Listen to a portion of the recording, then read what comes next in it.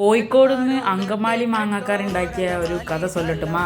ഇതുണ്ടാക്കാൻ മീൻ വേണ്ട, ഇറച്ചി വേണ്ട, ബീഫ് വേണ്ട, ഒന്നും വേണ്ട. നമ്മളെ സ്വന്തം മാങ്ങ മാത്രം മതി. അപ്പം ഇതിൻ്റെ പ്രത്യേകത, ഒരു പാത്രത്തിലേക്ക് മല്ലിപ്പൊടി, കുറച്ച് മുളക് പൊടി, കുറച്ച് മഞ്ഞൾപ്പൊടി വെള്ളത്തിലിട്ടിട്ട് നല്ലോണം കലക്കി കൊയമ്പ് പരുവത്തിലാക്കുക.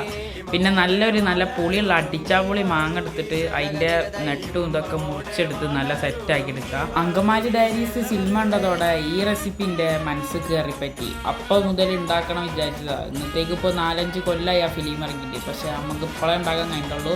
അതിനൊരു ചട്ടിയിലേക്ക് നല്ലോണം മാറ്റിയിട്ട് നമ്മൾ ആദ്യം ഉണ്ടാക്കിയ അരപ്പ് കുറച്ചതിലേക്ക് ഒഴിച്ച് നല്ലോണം അടിച്ചാപൂളിയാക്കി മിക്സ് ചെയ്യുക. പിന്നെ ഒരു ചട്ടി എടുത്തിട്ട് അതിലേക്ക് ഉള്ളി, പച്ചമുളക്, ഇഞ്ചി, കല്ലുപ്പ് ഇട്ടിട്ട് കുറച്ച് വെളിച്ചെണ്ണ വെച്ചിട്ട് നല്ലോണം അരയ്ക്കുക.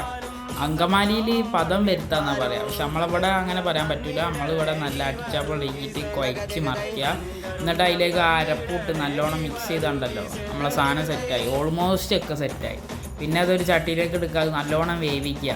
പിന്നെ 1-ാം പാൽ എടുക്കുക, മറ്റേ ഇതിൻ്റെ പശുവിൻ്റെ അല്ല, നമ്മളെ തേങ്ങൻ്റെ 1-ാം പാൽ എടുത്തിട്ട് അതിലേക്ക് ഒഴിക്കുക. എന്നിട്ട് ആ 1-ാം പാലം കുറുകിയിട്ട് മാത്രമേ നമ്മളെ മാങ്ങ ഇടാറ്റുള്ളൂ. കാരണം മാങ്ങക്ക് ചെറിയ വേവ് മതി, സാധനം ഉടഞ്ഞ് പണിയാവും. പക്ഷെ അതൊക്കെയാണ് ഇതിൽ ശ്രദ്ധിക്കേണ്ടേ ഉള്ളൂ. പിന്നെ അത് നല്ലോണം റെഡി ആയി കഴിഞ്ഞാൽ നമ്മൾ ആദ്യം 2-ാം പാലും പിന്നെ 1-ാം പാലുമാണ് ചേർക്കേണ്ടത്. നമ്മളുണ്ടാക്കുമ്പോൾ അവിടെ ഇവിടെയൊക്കെ തെറ്റുക. അപ്പോൾ നമ്മളെ വീഡിയോ ആദ്യം മുതൽ അവസാനം വരെ കാണാൻ ശ്രമിക്കുക. അപ്പോൾ നമ്മളെ കേരളക്കാരത്തിന് ഒരു പ്രത്യേകതയാണ് എല്ലാ കറിക്കും കൊണ്ടുപോയിട്ട് വറവിടുക എന്നുള്ളത്. അപ്പോൾ അതേമാതിരി തന്നെ ഇതിനും വറവിടുക. അടിപൊളിയാണ്, ഉണ്ടാക്കിയോ ഗ്യാരണ്ടി അല്ല, അടിപൊളി സാധനമാണ്. ഇഷ്ടപ്പെട്ടില്ല ഇന്ന ഒന്ന് അടിച്ചോളൂ. അപ്പോൾ ബൈ ഫ്രം കോഴിക്കോടൻ ഫുഡ്.